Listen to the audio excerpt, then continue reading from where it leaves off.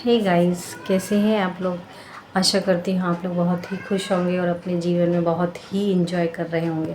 दोस्तों, एक बार क्या हुआ, एक साधु महात्मा के पास में एक युवक जाकर पहुंच गया और पूछा, महाराज मेरी पत्नी तो बहुत ही ख़राब है, मुझे अपनी पत्नी से छुटकारा चाहिए। मैं अपनी पत्नी के साथ खुश नहीं हूँ और वो सबसे बुरी पत्नी बनी है मेरी।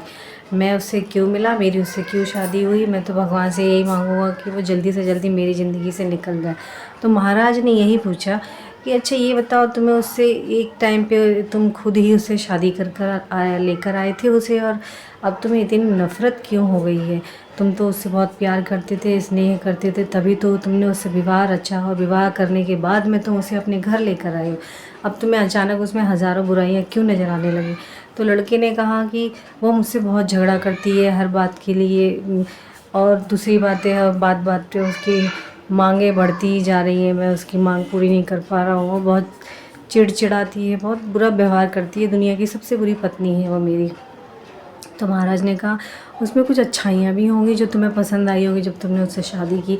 तो उसने कहा कि हाँ थे। एक बार मेरी माँ बीमार हो गई तो उसने अपने पैसे खुद अपने रखे हुए पैसे मेरी माँ के इलाज के लिए खर्च किए थे, जो उसे मायके से उसके माँ बाप ने उसे अपने खर्च के लिए दिए थे। और मेरे माँ का और मेरे घर वालों का बहुत खाने पीने का ख्याल रखती है, वो बहुत अच्छे से बोलती है।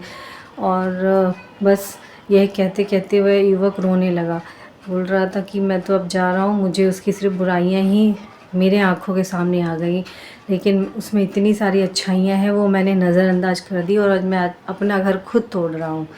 तो इसी तरह से वो युवक चला गया रोते रोते और अपनी पत्नी को लेने के लिए। तभी महाराज के पास जो उनका सेवक था, उस सेवक ने कहा, महाराज ये क्या बात हुई, आपने तो उसे इतनी सी बात के लिए इतना अच्छा एक सबक सिखा दिया और वह अपनी पत्नी को लेने के लिए घर चला गया। महाराज आप बताइए।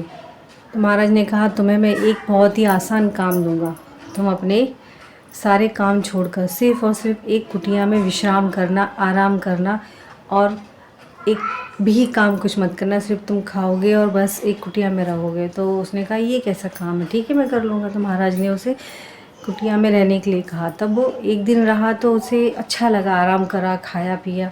दूसरे दिन उसका मन एकदम व्याकुल हो गया, अरे मैं क्या करूँ, मैं कहाँ जाऊँ, ये कैसा काम है, ये है वो। तीसरे दिन वो कुटिया से बाहर निकल के महाराज के पास पहुँच गया। महाराज ने कहा क्या हुआ, तुम 3 दिन भी नहीं रह पाए, 30 दिन की बात हुई थी हमारी तो इस युवक ने कहा, महाराज हमारा मन एकांत रह ही नहीं सकता।